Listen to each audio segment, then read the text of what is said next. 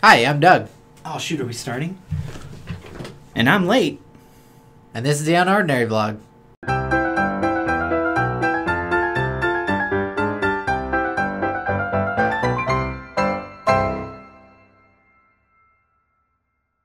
Alright, we are back with episode 6 of the Unordinary vlog. Made it 6 whole episodes, and we're excited to be back with you guys. Hopefully you've stuck with us the whole time. And if you're just joining us now, we hope you enjoy this episode. So this week, starting off, I have a little story to tell. So my son, this week, decided that he wanted to break his arm. Right here. So normal thing, everybody freaks out. We pack him up, we get in the car, we take him to the hospital. So the normal procedures happen. We get him in and they want to x-ray his arm. So they put him in the x-ray room and they put his arm on the little table there that they got, the ladies helping him, and she goes and she takes that, what is that? It's a lead. Yeah, the it's lead a protector. sheet. Protects your vital organs. Yeah. So puts it over his waist, hangs it there, and while she's doing it, she's reaching around him to tie it. And mind you, my son's arm is bent at a 45-degree angle at this moment in time. He's not crying. He's not upset. He's just like, I'm good. And then he leans into the lady and says, "You smell beautiful." He's learning early as a young. He is. He didn't get man how to charm the ladies. He didn't get it from me. Yep. Well, it's all right. You'll learn one day. I mean, you have a wife, but I think she took pity on you. So yeah, she did take pity on me. Yeah. Well, so it's all right. I mean, what are you gonna do? Yeah, you know. Well, with that being said, yeah, we're gonna go ahead and get to the Unordinary news.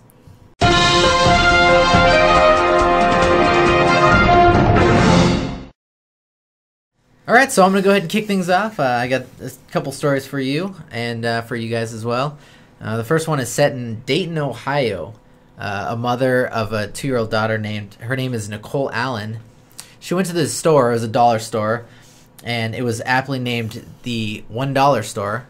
Which is never the truth. It's always $1.09. Yeah, they say it's like a suggested price. Like, it might be $1, but maybe $1. Then we'll bait you in and get you with like a $3 toy for your kid who has to have it. So, yeah, those liars. Well, anyway, they jet me every time. Yeah, exactly.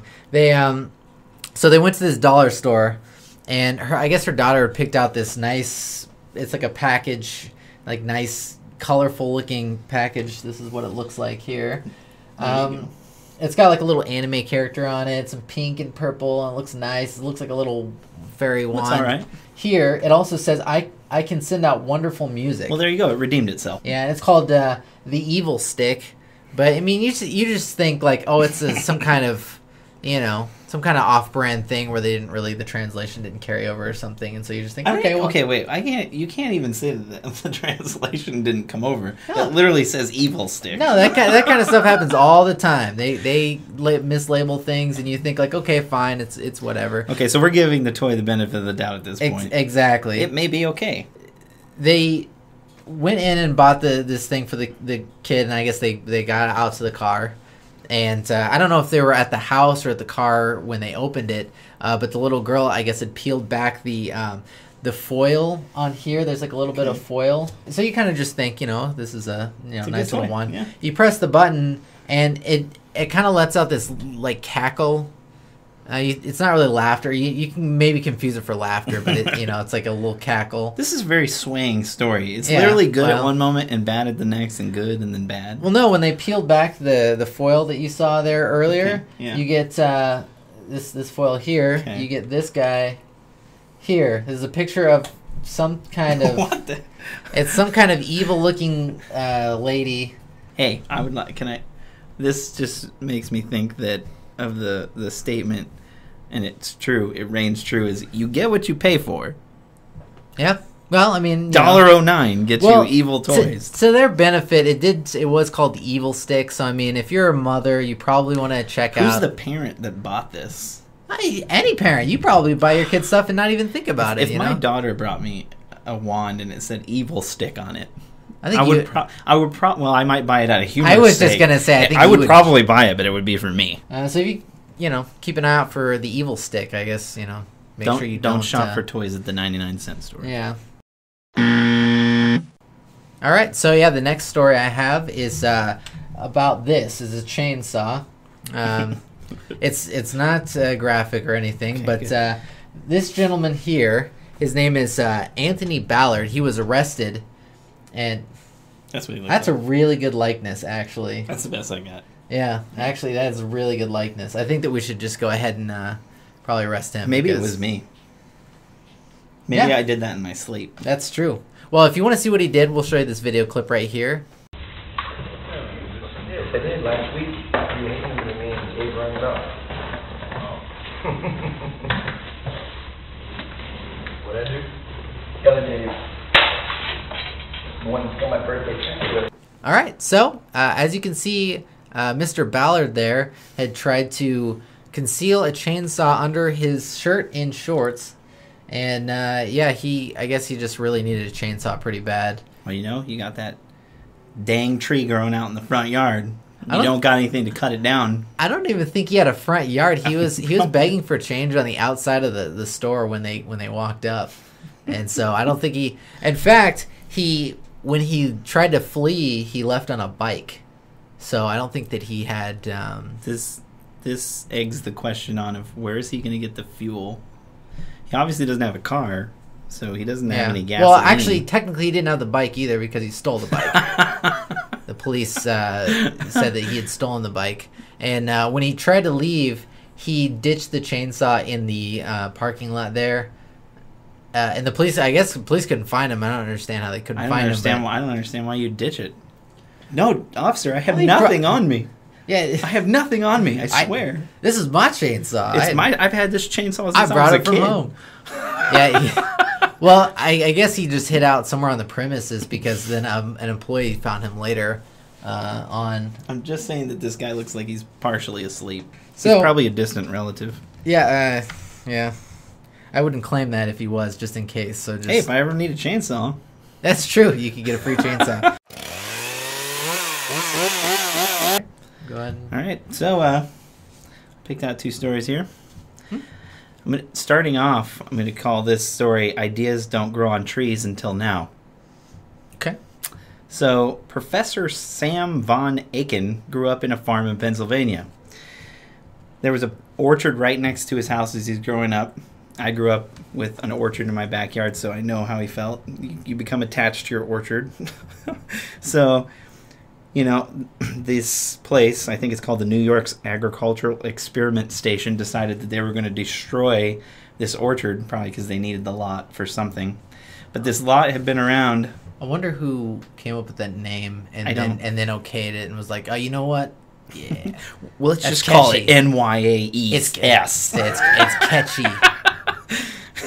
So, apparently, though, this orchard's been around for 125 years, which is a long time. And so he felt bad because he didn't want them to kill all the trees. They're old, from 17th, 18th century, orchard.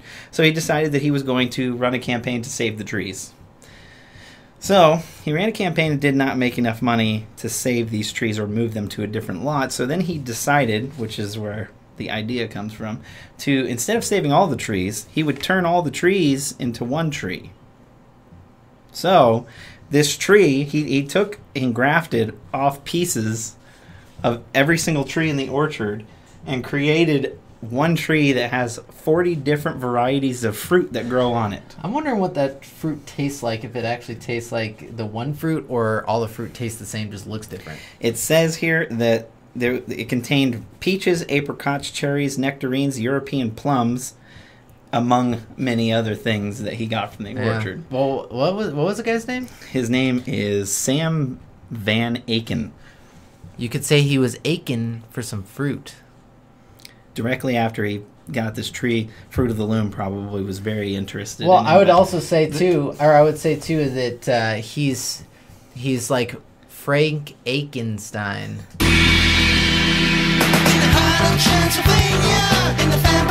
I just want to make the puns, but he's taking them all. So, this story's going to be boring for the rest of the way. It's not boring. There's actually really cool stuff that's about to happen because this tree's about to bloom. This is what the tree looks like when it blooms. Now, are those fruit, or is that just... These are blooms where the fruit will okay, grow. so that's just a... But you can tell all the different colors in this tree are all different types of fruit that are going to grow. That's got to be Photoshopped. There's no way. I'm just saying that's the tree I want to climb into. So he didn't stop with that one tree. He went around the country and made 14 of these trees.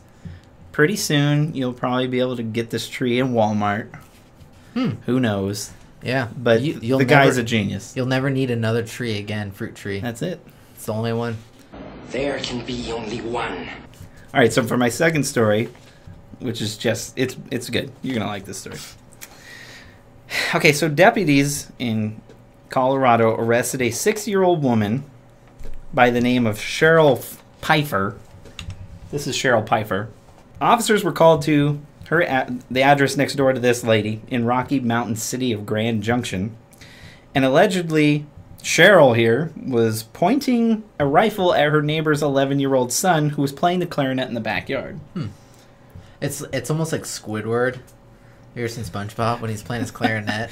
Well, in that case, I might want to shoot. Nah, I might actually pull the gun if it was Squidward. Yeah. Well, then you're going to end up on the show. I'm probably going to be on this show later. I'll be on the screen soon.